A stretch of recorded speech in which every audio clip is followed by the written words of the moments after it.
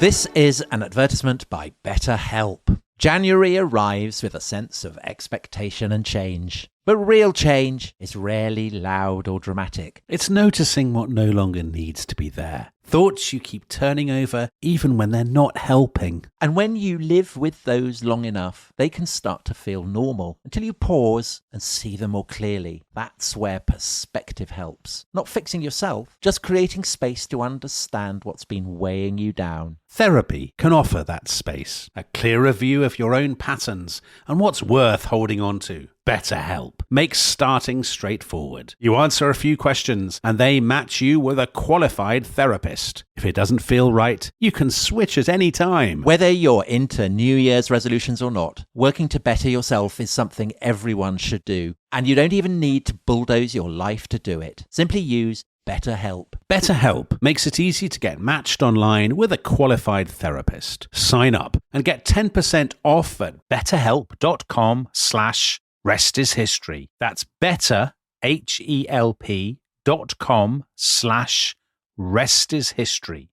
This podcast is brought to you by Carvana.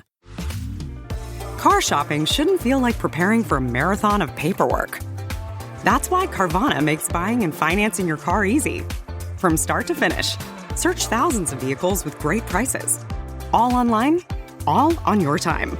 And when you're ready, your new car shows up right at your door. It doesn't get better than that. Buy your car the easy way.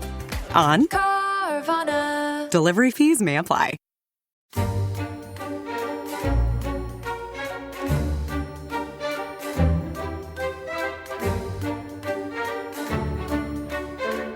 In the summer of 19 BC, the poet Publius Virgilius Maro, better known as Virgil, was travelling in Greece when he caught a fever. He took ship back to Italy, but died when he reached the port of Brindisi. He was just 50 years old. But that was not the end of Publius Virgilius Maro. More than 1,000 years later, on the night before Good Friday 1300, another Italian poet found himself lost in a dark wood. And who should appear to guide him through the underworld but the ghost of Virgil? So begins Dante Alighieri's The Divine Comedy, one of the absolute foundational texts of European and world literature. And Tom Holland, that's a really good example, isn't it, of the imprint that the classical world, Greece and Rome, has left on our imagination. Do you think we're all kind of the children of Greece and Rome, really?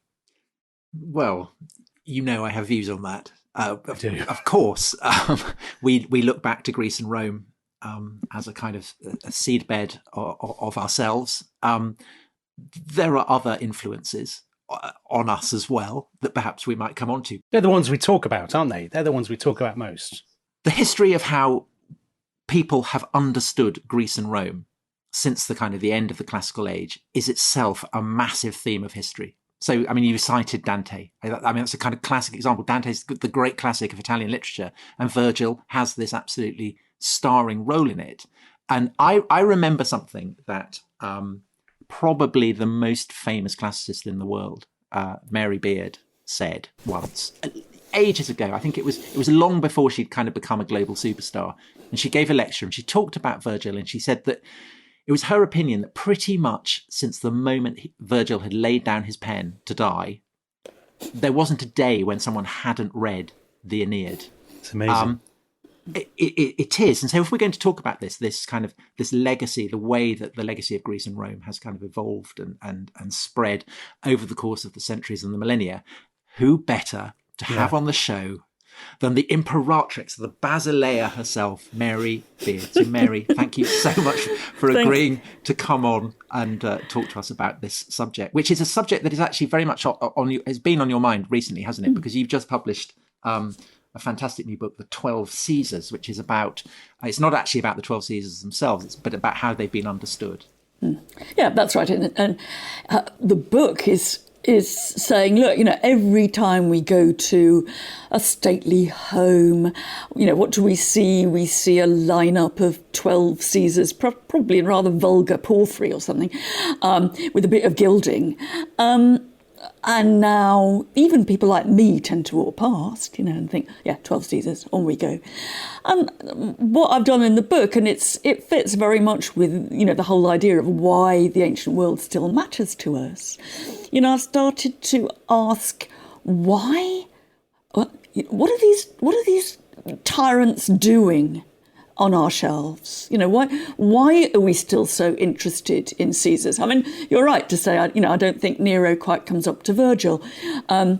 But in terms of the visual world in which we live, we're still surrounded by these guys. We still use it. Even people who say, I know nothing about the ancient world, which people often say, and they're always wrong, because they always do. Wrong. Yes. They're always wrong when they say that. But, it's often the starting convo with me, I know nothing about the ancient world. People still pick up a newspaper. There's a cartoon of some politician who doesn't really have his mind on the job. He's dressed up with a toga and a laurel wreath, and he's strumming a lyre, and there's blazing fire in the background, and we all know it's Nero fiddling while Rome burned. We do. And so, Mary, the critics have been raving about this book. I'm going to quote one particularly distinguished critic who has written, "As this book triumphantly demonstrates, there is no one on the face of the planet better qualified than Mary Beard to guide us through the great hall of mirrors, labyrinthine and treacherous as it is, that separates us from the 12 Caesars." Do you know who that distinguished critic was, Dominic? Was it you? You're quoting yourself? Yeah, I am. I'm quoting myself. Shame. Mary, this is how these podcasts... I know this is your first time on this podcast. This is how it proceeds. Tom compliments himself a great length. I'm not. And then says goodbye to the guest. I'm complimenting Mary. But the reason I cite that is that I've actually I am going to compliment myself here, because I do like that idea of a great hall of mirrors, labyrinthine and treacherous. Because, Mary, go on, tell me. I mean, that's okay. That's a good description. Oh, it is. Yeah, you're a great wordsmith, Tom Holland, a great wordsmith. because the thing is that there is no one way to respond to it. Yeah. And so obviously different ages have understood this in different ways. So, so the Roman Empire collapses in the West. And that's an important thing, because obviously it continues in the East. But in the West, the legacy of classical literature and the memory of Rome endures, doesn't it? Yeah.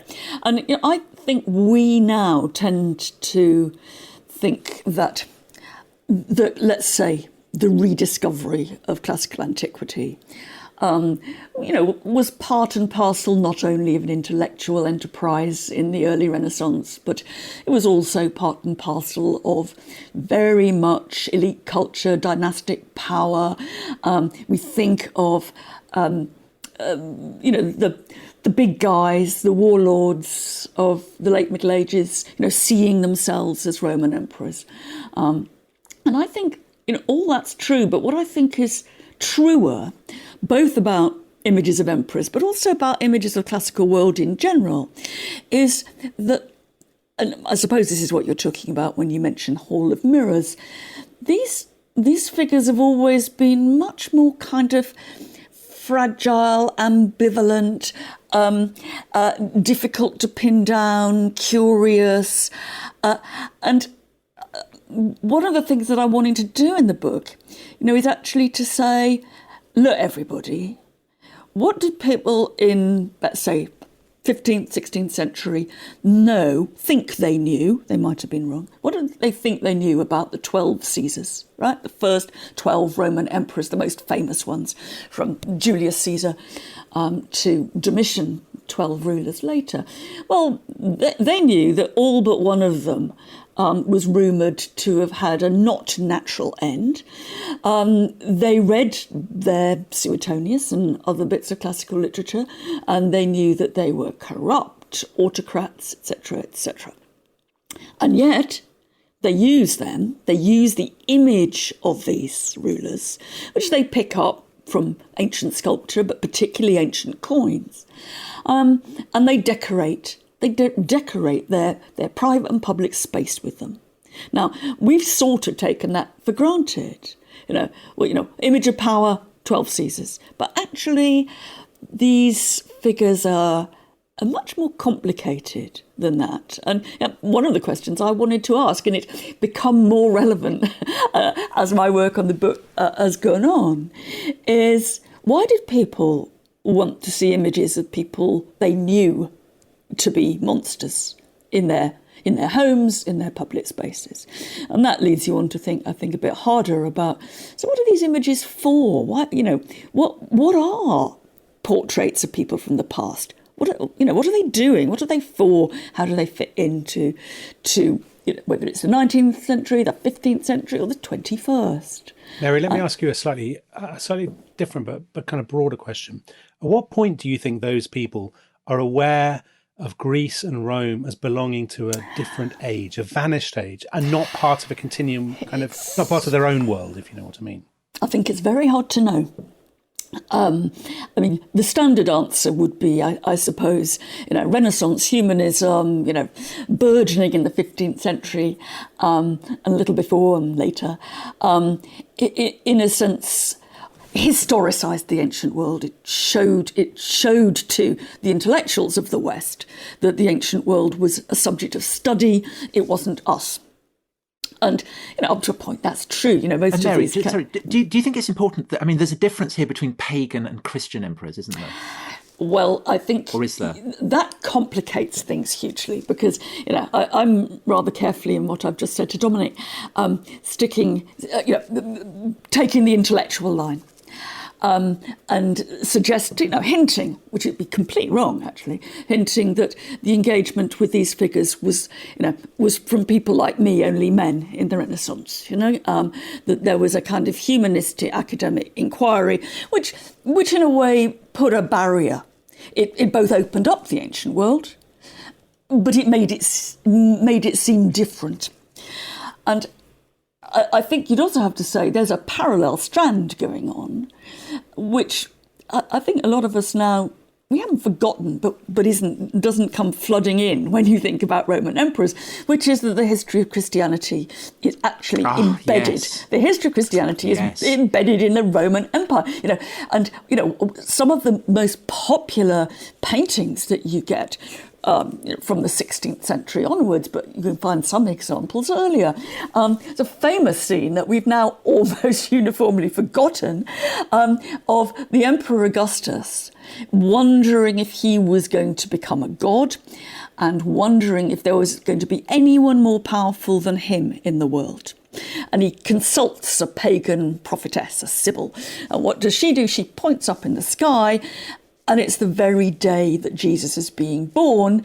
And Augustus has a vision of Mary and Jesus in a cloud. They do it rather, they're not terribly good, most of these painters, at imagining that scene. But what we're being told is that those two histories come together. Well, and also in Virgil, right? Because Virgil, one of the reasons why Virgil is Dante's guide is that it is believed that his poems, in a way, had foretold the coming of Christ, and therefore he comes to become a kind of Christian necromancer. Yes, and so you get Augustus being the ruling emperor when Jesus was born. You get Nero as the great persecutor. You go to the great ceremonial doors on St. Peter's, which were one of the few bits of new St. Peter's that were taken over from the venerable old St. Peter's.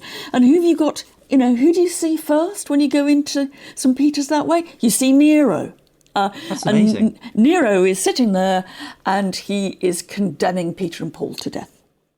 And so Roman emperors are absolutely built in to the idea of the history of the church from its very beginning to the time when the Roman Empire itself, at least from the point of view of the dynastic leaders, when Constantine would be the classic example, becomes himself a Christian, when the Roman Empire becomes Christian. So the whole of Christianity, I'm now going to say something completely outrageous and slightly wrong, but it's a good exaggeration. The whole of the early history of Christianity is incomprehensible without understanding its embeddedness in the Roman Empire. That doesn't sound controversial. That just sounds quite reasonable, I think. I think that's there's going to be, there's some bits of the Syriac world which might contest some of this. I don't know how many Syriac listeners you have on this. That was good. So I will probably get away with it, but you sense that I'm being very careful and covering my back. Mary, on that theme of again, looking at Virgil, looking at Dante, looking at the way the Roman emperors are understood. So Dante is identifying with the tradition of the Caesars. He's enthusiast for the empire against the papacy, and so when they go down, into the lowest pit of hell, Yeah. and they see Satan, Yeah. he's gnawing on Judas, Yes. but he's also gnawing on Brutus and Cassius, who are absolute, they're up there with the worst people who ever lived for murdering That's right, Julius Caesar. murdering Julius Caesar. So it is, I think what's interesting, and it's what I hope I bring out in the book, is that these equivalences and this embeddedness is always more complicated. It's always more complicated than it looks. And, one way of telling the history of the early church is, of course, to see pagan emperors as great persecutors. But there's always another side, and there's always another kind of engagement. I think one of my favourite objects, it's a bit over the top, is a Transylvanian religious chalice from a cathedral in Transylvania, 16th century, 17th century, fuzzy date. And it's a communion chalice. And what is set in this communion chalice, out of which the faithful are going to drink the blood of Christ and take the bread, what do you see? They've set in it a whole array of Roman coins, and including Nero. So, the kind of the image that you have to conjure up for yourself is somebody drinking the communion wine, sipping the communion wine. And as they do that, who are they brought face to face with? They're face to face with Nero. And so these figures are kind of operating as a world within which the history of Christianity is being understood. And sometimes it is to bring those worlds together, which you have with your Virgil and Dante example, and with a lot of these, Augustus is always cropping up as in the context in art of the birth of Jesus. So you're saying that these histories go together, and you're also saying these histories are forever in opposition to one another. But it's fair to say, is it, Mary, that throughout the history subsequent to the fall of the Western Roman Empire, that Rome in particular has been seen, I don't know so much with Greece, but Rome has been seen as synonymous with kind of power and a kind of prestige, right? That's a constant, isn't it, in post-Roman history? That's one of the constants. Certainly we can really forget Greece here. The rediscovery of Greece was hugely influential, particularly in the 19th century. And you can trace the history of, say, Alexander the Great through some of this period. But essentially, when we're thinking about imagining the ancient world and thinking about how the ancient world impacts on us, then it's Rome. And it is about power. It's about larger than lifeness, but it's also about corruption. It's about murder. It's about dynasties going wrong. It's about persecution. It's a very male world too. But so that sense that actually what we're talking about in the Middle Ages, if we're looking at the legacy of the classical world, is really Rome. And the extent to which Greece appears, so the stories of the Trojan War, the Greek myths, it's being mediated through Rome. It's being mediated through Rome, and the other person that you'd add into the equation along with Virgil and Dante is, you'll say, look, where do people know what we call the Greek myths from? At this period, anything from the Middle Ages to the Baroque period, I suppose. Where do they know those? Well, mostly they know them through Ovid.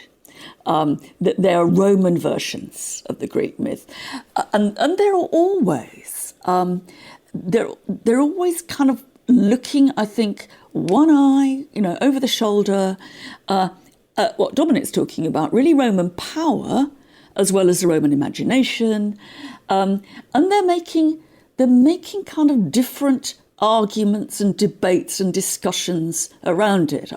I think that if the 12 Caesars, let's say, or any of these images of Roman power had been, utterly, simply rubber stamps of modern political power looking back to antiquity, they wouldn't have had half so much edge. They wouldn't have had half so much longevity. We'd have got bored. We'd have got really, really bored of them by now. But it's because they always raise questions, and they're always harder to pin down than you think, that they've got such continuing momentum. Mary, I've got two questions. So one is a very boring, small housekeeping question. Is the reason that we think of Hercules rather than Heracles, and Shakespeare refers to Jove rather than Zeus, is that just because we're getting it all filtered through the Romans? They don't have access to the Greek myths, unmediated by the Romans? Yeah. Okay. Yeah. It's mostly that. And I think that as soon as you get, and it would start a bit earlier than the late 19th century, but as soon as you get a load of self-conscious Hellenists looking back and saying, hey, guys, you need to, there's somewhere else to go. Yeah. Then, of course, we get the naming wars. And you can tell that you can tell that someone who calls Heracles is telling you, think Greece. Tom Holland is that person. Yeah. Okay, so we've got a very good question, much better than my last question, from one of our listeners, SO3 Clausewitz. And Clausewitz says, and I think this is a fascinating question, was the Renaissance destined to be Greco-Roman? So he says, basically, is there a counterfactual what if, where it's Egyptian or Persian or whatever, sort of more Eastern, or was it always bound to be Greco-Roman, I suppose because of the imprint of the Roman Empire on Western Europe? I think that you could say it was almost bound to be, because, we're sitting in a continent and a landmass where we dig in the soil, and what do we find? Well, if we're in Italy, we might find busts of Roman emperors.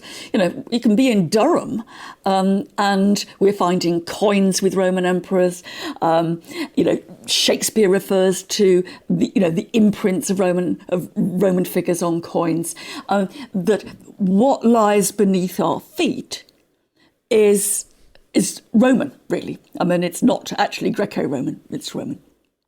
Why that question I think is interesting is, of course, it's slightly challenging the kind of assumption that comes from that the only thing worth studying in antiquity, the only people who've got any brains at all, were the Romans and the Greeks.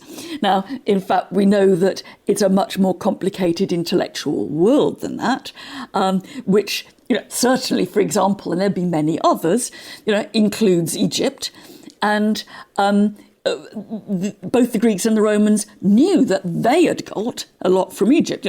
How does Julius Caesar manage to reform the calendar so that it gives us the calendar that we have pretty much today? Well, he doesn't think of it himself. He gets some Egyptian boffins on board, and they tell him how to reform the calendar.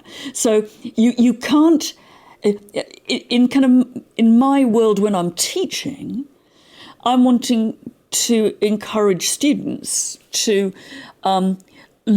look a little more critically at that kind of, total domination of Romano-Greek antiquity, I'll call it, and to see where it comes from and to see its relationships with the other cultures of the ancient Mediterranean. Mary, with specifically on Egypt, of course, people were fascinated by Egypt in the Renaissance, and they yearned to kind of crack what they thought was the hidden wisdom of the Egyptians, but they couldn't because they couldn't read the text. That's right. And so the key to, and of course the key to the rediscovery of Greece is also the rediscovery of the Greek language and learning the Greek language. I guess that we're calling this episode classic. So up till now, we've really been looking at the reception of Greece and Rome. But classics is also particularly about the languages, about Greek and Latin.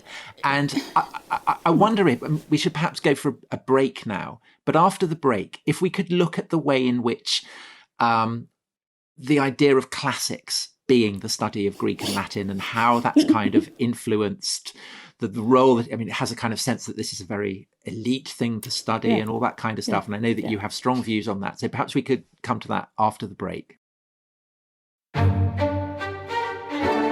This episode is brought to you by the Financial Times. I think we both agree, Dominic, that in the clamour of countless voices competing to break the news and telling you the what, the who, and the where on these stories, there's often something missing, isn't there? There is, Tom, because I think to get a true understanding of any story, you really need to know Why? Take FT journalism. It goes deeper, providing the insight, analysis, and perspective to help you see the whole story and truly understand the issues that matter. Why did it happen? Why is it important? And why will it matter? I've got a brilliant example. So they had an article recently, a fascinating article about why populism became popular. And this Financial Times article absolutely delved into that. It was so interesting. And does it nail it? Yeah, it nailed it. Absolutely nailed it. And it really made me look at populism in a new light. Well, if you're interested in the why, we have good news. Yes, listeners to The Rest is History can save more than 40% on an annual digital subscription to the Financial Times by visiting ft.com/history. For the why, Financial Times.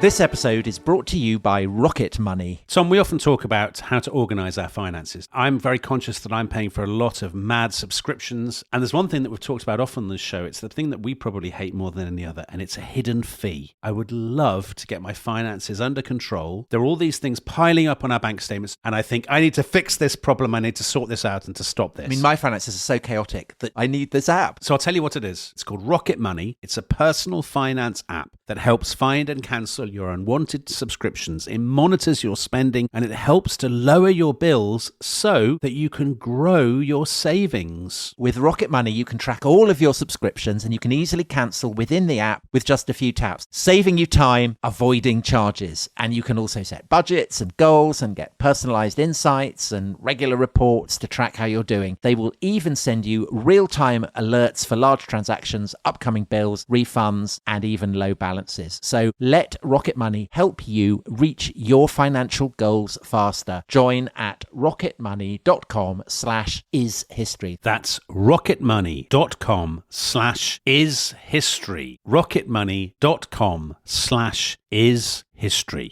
Adobe Acrobat Studio, so brand new. Show me all the things PDFs can do. Do your work with ease and speed. PDF Spaces is all you need. Do hours of research in an instant with key insights from an AI assistant. Pick a template with a click. Now your prezzo looks super slick. Close that deal? Yeah, you won. Do that, doing that, did that, done.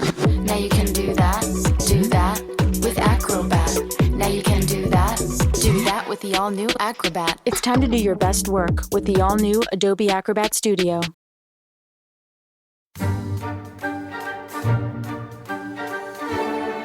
Ave, we are looking at classics, the way in which the civilizations of Greece and Rome have been interpreted, reinterpreted over the course of the centuries. And we have with us none other than Mary Beard, who is Professor of Classics at Cambridge. And Mary, this idea of classics, the joining together of Greek and Latin as a fit subject of study at university. I mean, this has a very kind of lengthy tradition, doesn't it? I mean, in Europe, but it kind of takes on a particular contours in England.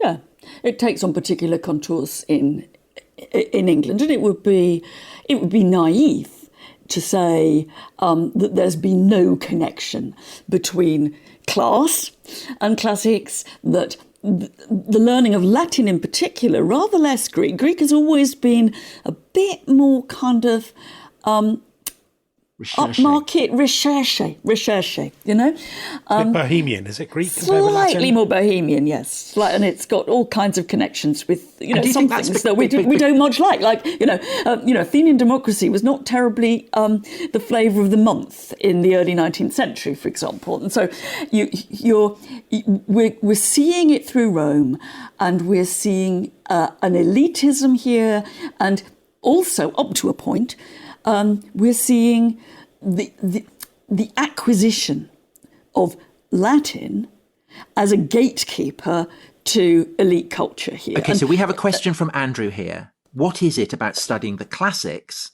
that seems to appeal to the elite? Well, I would say almost nothing. I mean, I think that one of the points about what the let's say the English elite studied in the 18th and early 19th century was that they studied Latin and Greek. They studied language. And And what did they spend most of their time doing? Well, they were translating Shakespeare into Latin. They were translating Milton into Latin. And part of the point of this, and I think you can't really emphasise this too strongly, they weren't much. They were reading Virgil, but they weren't thinking about Virgil as a literary text. They were thinking about how they wrote like Virgil. And one of the kind of bizarre things, and one of the things that made the learning of Latin so good as a gatekeeper to elite culture was it was also in many ways so pointless. You know, pointlessness is the point. Pointlessness is the point. You were learning absolute fluency in a dead language. Now, they were a bit, but they were not much, certainly not at school and not a lot at university. They were not thinking about the literary merit of the Aeneid. They weren't thinking much about, let's say, Roman philosophy. They weren't reading Cicero in order to think about how you organised a state. The big, real focus of their learning was translating English into Latin. And we now think of classics as a subject, I'm happy to say it is very much now in the modern world, as a subject which is about the Greeks and Romans. You have you access it through language, often, not always, but it's about that kind of culture. I think if we'd gone back to the late 18th century, we wouldn't recognise what these people were doing. Mary, what about this argument that's a bit... I know Tom's got a question about Thomas Hobbes, but I want to jump in before that. Oh, God. I always pass on Thomas Hobbes' questions. So my question is, there's what seems to me a slightly crude way of thinking that people do classics because they want to be, because of empire, because they want to, purely because they want, they would be imperialists, and they think... Yeah. Is that right, or is that wrong? I think it's half right. As most of these kind of stereotypes that we have about why and how the classics were studied in, let's say, 19th century, 18th century, they're always half true, you know. And there is no doubt that, you know, some people who were avowed imperialists saw the Roman Empire as their lodestar, really, that Britain had taken on the mantle of ancient Rome and was, in a sense, replicating and doing better than the Romans. But I think it's more complicated than that. I mean, partly the relationship between the Roman Empire and the British Empire was always a very fragile one. And I think you can see that if you go to the famous statue of Boudicca or Tom loves this. We've done a whole thing on this. Well, yeah. Oh, brilliant. Well, you go to that statue and you look at what's written underneath. Here we've got, a big rebel against Rome standing up for the native Brits against imperial oppression. The poem that is the Cooper poem that's written by her, or underneath her, says words to the effect of, "Don't worry, Boudicca, your descendants will rule more of the world than the Romans did." It's basically the message. I love that. And you think, so whose side are we on here? And Mary, also, I mean, it's not just in Britain, is it? Because in France, they're using in Algeria, the French see themselves as kind of the heirs of Rome, bringing civilization and baths and things to the desert wilds. But simultaneously, they're bunging up a statue of Vercingetorix to mark the defeat. And the Germans are doing the same with Arminius, who's defeated. That is absolutely right. So even with that broad equivalence between Rome and modern empires, there's always that. So, who's coming out on top? Who's really like whom? I think also we tend to forget that Rome gave people a language for critiquing empire.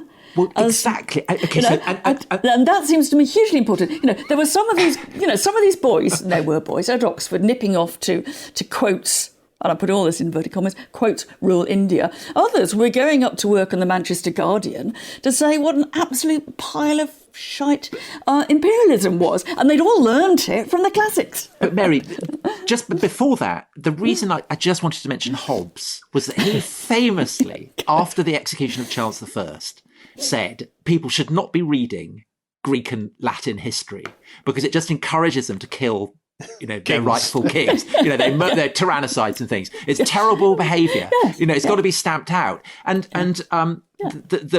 both the American revolutionaries and the French revolutionaries were absolutely steeped in the classical world. That's right. So it is also about, it kind of underpins revolution, doesn't it? I have been banging on about this for more years than I like to think, that there isn't inherent politics in the classical world.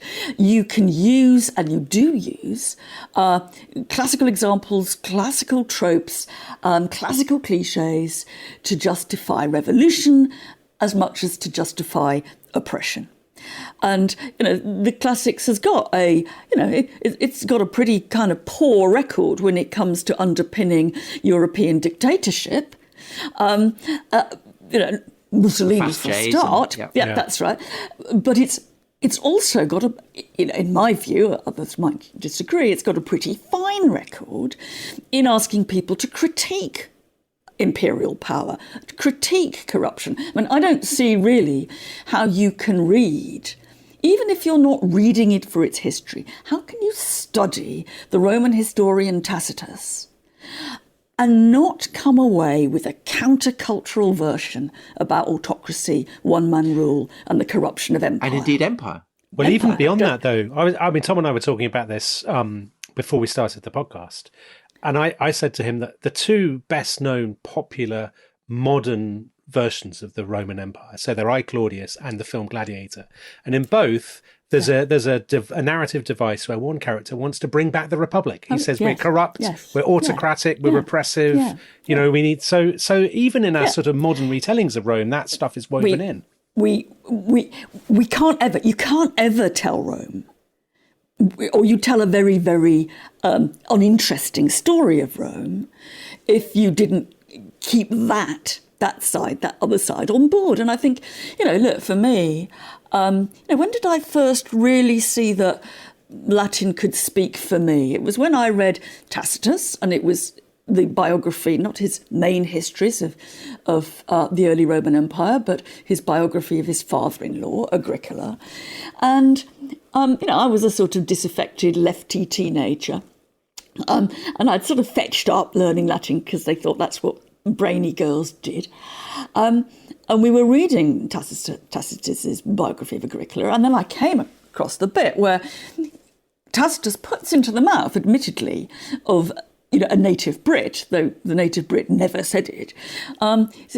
He rallies the opposition to Rome by saying, what do the Romans do? They make a desert and call it peace.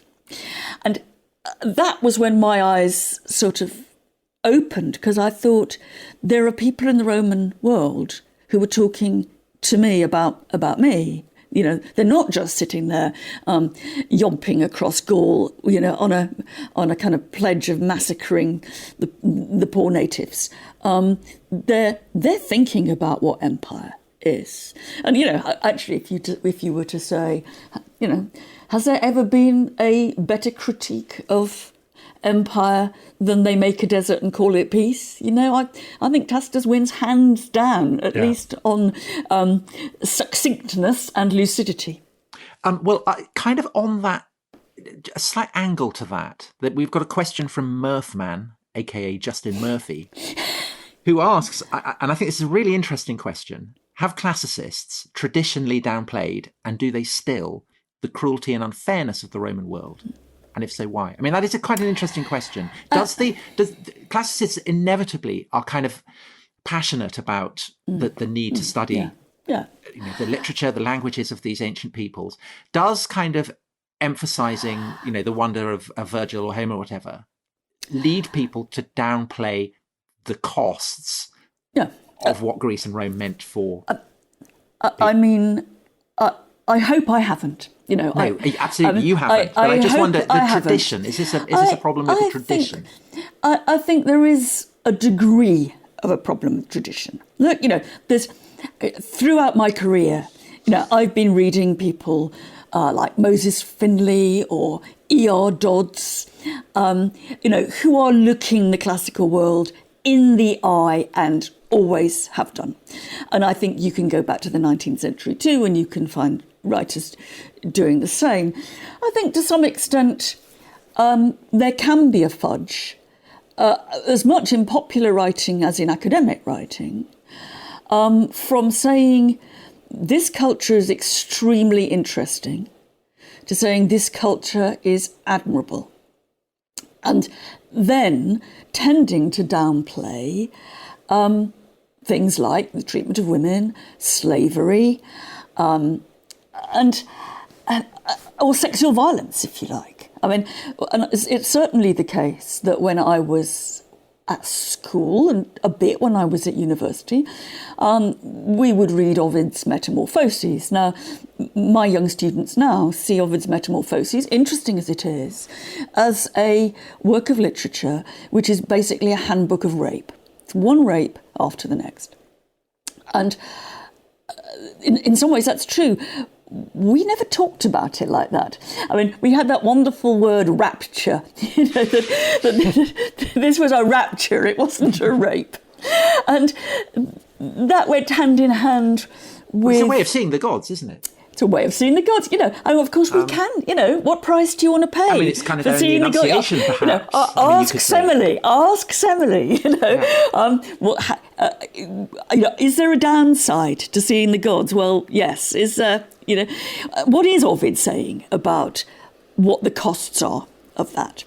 But I think you could find that in, outside sexual violence. But, I think there was a tradition of seeing slavery as a bit in the model of, country house servants. Upstairs, downstairs. Upstairs, downstairs. It's Downton Abbey, that's right. Yes. And, the truth is that some of it probably was like that. And those are the bits we know about best. The faithful slave of Cicero who gets freed and remains a friend of the old master. A very nostalgic, euphemizing version of slavery, not entirely wrong in some cases.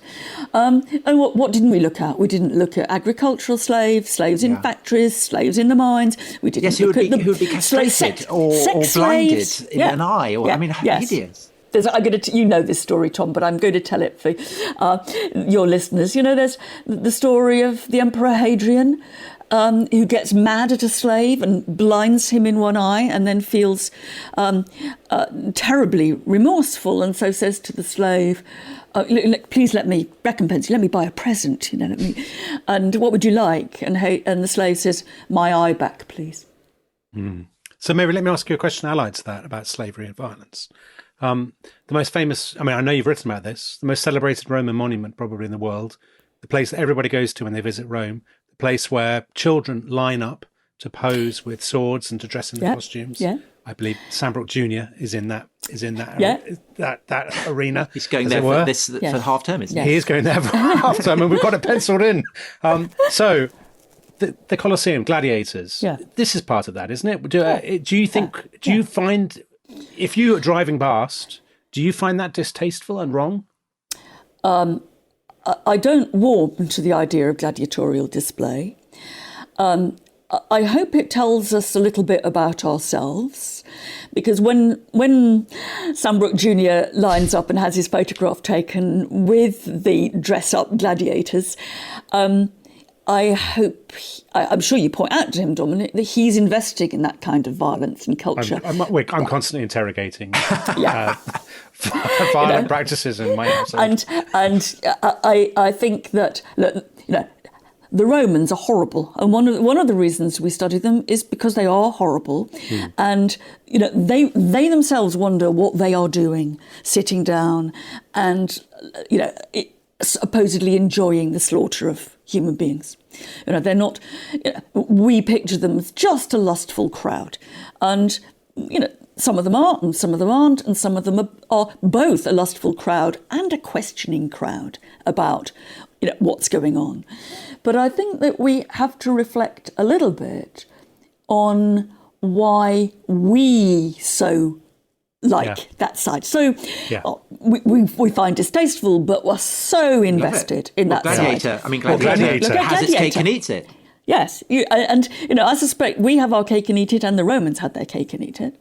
I think that we also have to remember that there's been different versions of how we take that on board over the last few hundred years, because if we were in the middle of the 19th century and visited Rome, the Colosseum was then still basically a shrine to martyred Christians. And it was totally overgrown, extremely romantic. It's still a great big cross. The cross is still there, but nobody notices it. And there was a little hermit in his hermitage, in one side of the kind of overgrown garden. That's the classiest hermitage in the world, isn't it? Can you imagine a classy hermitage? And if you said Colosseum, then it's about the persecution of the Christians. And of course, you go back to the reason why was the Colosseum built in the first place? Well, there's two reasons for that. One is it was built by the new dynasty under Vespasian to obliterate part of the extravagant palace that the Emperor Nero had Golden built. House, is the it? Golden House. And the Colosseum is built on the site of Nero's ornamental lake. And it was a kind of quasi-democratic gesture. It was saying, this used to be the private pleasure grounds of a tyrant, and me, Vespasian, I am giving it back to public entertainment. It's like also, politicians playing football, isn't it? I mean, in a way. But just also remember the other kind of awkward side. How did Vespasian get the money to build this? Yes. Well, did he get it? Very expensive piece of work. He got it because of his and his sons' put down of the Jewish rebellion just before he took power in 69, and his destruction of the temple. Mary, just a thought about this kind of idea that perhaps we as a society generally perhaps don't engage with the brutality that underpins so much of, I guess, particularly Roman civilization. And I wonder if it's to do with the fact that most of us study it when we're children. It's a topic, it's the childhood of Europe, perhaps therefore it's appropriate to children. And the thing that I always have to struggle against is the influence of Asterix, in which Julius Caesar conquers Gaul without killing a single person. And in which the Gauls are total sweeties who never. They're all sweeties, aren't they? And in fact, we wouldn't much like living in ancient Gaul, even if that. An indomitable village, it'd be terrible. No, but absolutely terrible. But I think there is that it is a kind of. There's a certain infantilization that we have of the ancient world, a projection of, the nuclear family, and we've got them all dressed up in their togas, wife, faithful slave, and husband and wife and two kids. But there's also, I think, a little bit of a sanctimonious self-righteousness about it. I mean, and I think that's the other side of our discussions of slavery, because you take students around slave quarters that you can identify in some Roman houses, or Hadrian's great palace at Tivoli outside Rome. And, they are terrible, dank, dingy workhouses, really. And even with clever students, you can often say to them, would we do that now? And they, oh, no, we wouldn't. We don't have slaves. Well, it's convenient for us to imagine we don't have slaves, but, think where your smartphone's made. Yeah. And in what conditions. And, so I think that our relationship of investment in the ancient world is always combined with a sense of certain kind of self-righteousness about how much better we are. We are better. I'm not going to take a trip back to ancient Rome if you paid me a very, it's not kind of like... Not even if you were going to be an empress. Or maybe especially not an empress, so you'd end up on an island or something. Yeah, I'm a celebrity, get me out of ancient Rome, Great show that would be. But we have to see that there's a complexity here in our engagement, and we tend to think about these things in very binary terms. Well, Mary, this raises some really interesting questions about the future of classics, which is, of course, so... I mean, a lot of listeners won't know this, but in America, in academic circles, I mean, really, I think specifically in America, it is intensely controversial. So, for example, there's an assistant professor at Princeton called Daniel Padilla Peralta, who has written and spoken at length about basically dismantling classics as a subject, because he believes that classics is a kind of bulwark of white supremacy, Eurocentrism, all of these terrible things. Yeah. What's your take on all that? Well, I think I should say that, particularly in the case of Daniel, he's really smart, and what he writes on Roman history is extremely good.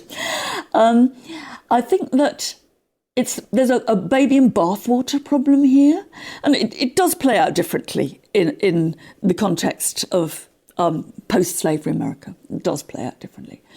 But I think that anybody who studies classics and tries to deny that it has been used to legitimate some of the most horrible political movements that we've got, would just not be looking history in the face. I think what the most fervent of those critics of classics in the States tend to sometimes forget is that, first of all, there is another side to it. As we've mentioned, there's the revolutionary side. Go and look at revolutionary architecture. We think of architecture and classics as being, Prince Charles-like in columns, but look at Boulez and people like that in the French 18th and 19th century using classical forms to reconfigure the very nature of what architecture is. So, but I think also the people who use classics as a bulwark for white supremacy, you name it, far right causes, usually they've got it terribly wrong. Right, yeah. They're very bad classicists, and I think that possibly we could spend more of our time just patiently explaining why the Spartans, for example, are not entirely admirable and represent a good model for a modern state. And I think too that we've talked a bit already about where the study of classics ends, and there has been a very, not just Greco-Roman centeredness, it's been very centered on Italy and what is now modern Greece. And I think there's a lot to be done in saying, look, parts of the African continent were crucially important parts of the Roman Empire, and classicists have sometimes themselves given the impression that it was a white man's subject. Now, it isn't and hasn't been for a long time, but I think we ought to shout a bit about that before we decide to burn it all down. And isn't there a danger as well that classics is just endangered anyway? I mean, classics is always a bit embattled, isn't it? It's always, I think it's been embattled since about the 4th century AD, probably, I mean, there is something about classics which, embedded in the subject, is the idea that people before us did it better. Right, that's interesting. Yeah. And so there's a venerable classical organisation in this country, the Classical Association, founded in the early years of the 20th century. Why did they find it? Because they thought that classics was going down the tubes. They wanted to have a society that would preserve classics. Now, we look back to the early years of the 20th century as a moment when classics was, you could see it everywhere. Their perception was, people aren't doing it as well as they used to be. We need this, people are always trying to put preservation orders on it. And partly I'm kind of pleased because I think, although one way of representing classics is that it's a awfully self-confident elitist discipline, which kind of involves not much more than quoting bits of Homer at random, it's also a discipline that, as long as I've been involved and for decades earlier, has been concerned about itself, wondered what it was for, how it should fit into a modern curriculum, etc., etc. Classicists are, they're quite sort of heart-searching. They're not. Well, Mary, there's a question from Mark Woodhouse. If we stopped studying classics tomorrow, what would we lose? I mean, that's for you. I actually wrote an exam question, almost exactly like that, about 20 years ago. If classics goes, what else goes? Was my exam question. I don't think many people answered it, I have to say. But I think that we've already touched on that. I'm not in any way an advocate of every 11-year-old being put through compulsory Latin. For whatever reason. I am an advocate of people getting the opportunity to study Latin, and that to be encouraged. But in a sense, I think we've already hinted at what would go. I mean, if you're going to read Dante, how do you read Dante if nobody in your culture, and happily culture is a kind of sharing enterprise, so we don't need absolutely everybody to have read Virgil, but how's Dante going to make sense to us without Virgil still being on our cultural horizon? You look at the Coen brothers, "Oh Brother, Where Art Thou?" Which is based on the Odyssey. How, is that kind of movie possible? Is that without that sense that Homer is still part of our world? I don't think that as I say, classicists can sometimes come over a bit heavy and a bit strong. But my claim would be, and this is one of the reasons, of course, that I wrote the book, is that a visit to a art gallery, a major Western art gallery, is actually impoverished if you don't know what the painters are painting. So to turn that slightly on its head, so if classics went, if there was no opportunity to study ancient Greece and Rome, I reckon that there would still be people who would want to do it desperately. And one of the reasons for that is I remember an editor years ago when I was kind of debating what to write a subject. And he said that, the top 3 topics that sell to the general public, obviously Second World War comes in absolutely miles ahead, then Tudors, and then the Romans. Not the Greeks, not the Egyptians. It was always, but the Romans in particular have that glamour. And I wonder that a lot of the hesitancy that kind of shadows maybe the study of classics is in part a fear of that glamour, that it's seen as a kind of almost. It's dangerous, perhaps. It's hard to control because it is alien to us. Yeah, that's why it's exciting. But it's sheer alienness, while also the sense that it remains part of our world is what gives it. Which is what Gladiator gave, wasn't it? Which is what Gladiator gave. Sense of, this is But I also think that there is huge popular interest. You only have to look at what plays sell out in the West End. Now we can go back to the theatre, and ancient Greek tragedy is still a blockbuster. It's still putting bums on seats. But what you've got to realise, I think, is that why that popular enthusiasm can be sustained is because there are people doing some hard, possibly not very glamorous, academic work on those texts, which keep them on the intellectual and contemporary horizon. I mean, I think people often say to me, but we don't need people like you because everything's been translated.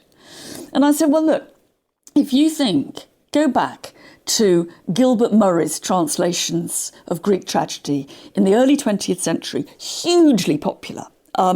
They sold out. You look at Murray's translations of Greek tragedy now, and you wouldn't have a run of more than a week if you tried to put it on, because actually what Murray was doing is what we all do, which is mediating the ancient world to our own concerns, and of course making our own concerns seem different in the light of ancient concerns. But you sure can't do it with the rhyming couplets of Gilbert Murray in 2021. And so, keep on supporting the doing of academic classics as well as Gladiator. You are, as ever, the most eloquent defender of your discipline. It's been wonderful to have you on. But we have one last question, Tom. Dominic does. It's Dominic here who is massively lowering the tone. Our listeners know that we like to end with the really big historiographical kind of what they call the meta questions. So we've had a question, an excellent question. Now, I know you've responded to this already, so I know your game. It's from Carlos D. And this is the question I think that everybody wants to know the answer. If Alexander the Great fought Julius Caesar, who would win? It's a brilliant question, isn't it? All I can tell you... With their armies, do we think, or kind of man on man? Yeah, they've got to have armies. It's not man to man, right? I mean... Well, one thing I can tell you, I'm not very good. You're so much better at military history than me, Dominic, and I'm sure that you could give a Dominic hates military history, actually. Well, if he hates military history, God knows who loves it. But what I would say is, do you know, it's really interesting because the Greeks and Romans thought that. Yeah, it's like Plutarch's Lives, isn't it? Plutarch, when Plutarch writes his lives, the great Greeks and the great Romans, and he puts them into pairs.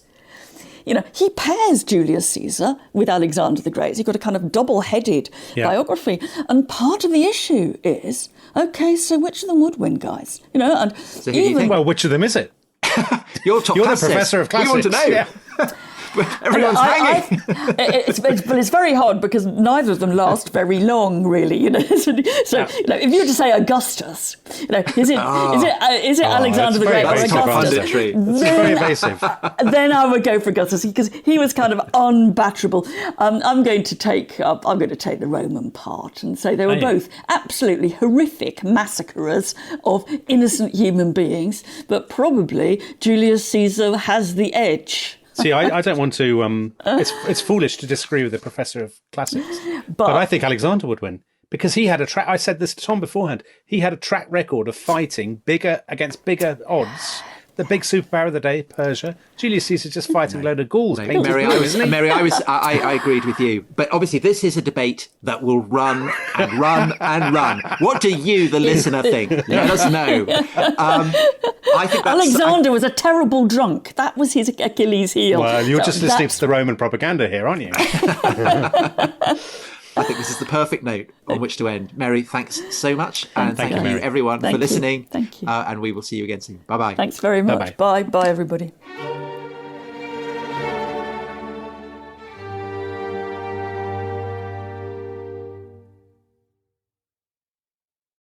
Thanks for listening to The Rest is History. For bonus episodes, early access, ad-free listening, and access to our chat community, please sign up at restishistorypod.com. That's restishistorypod.com.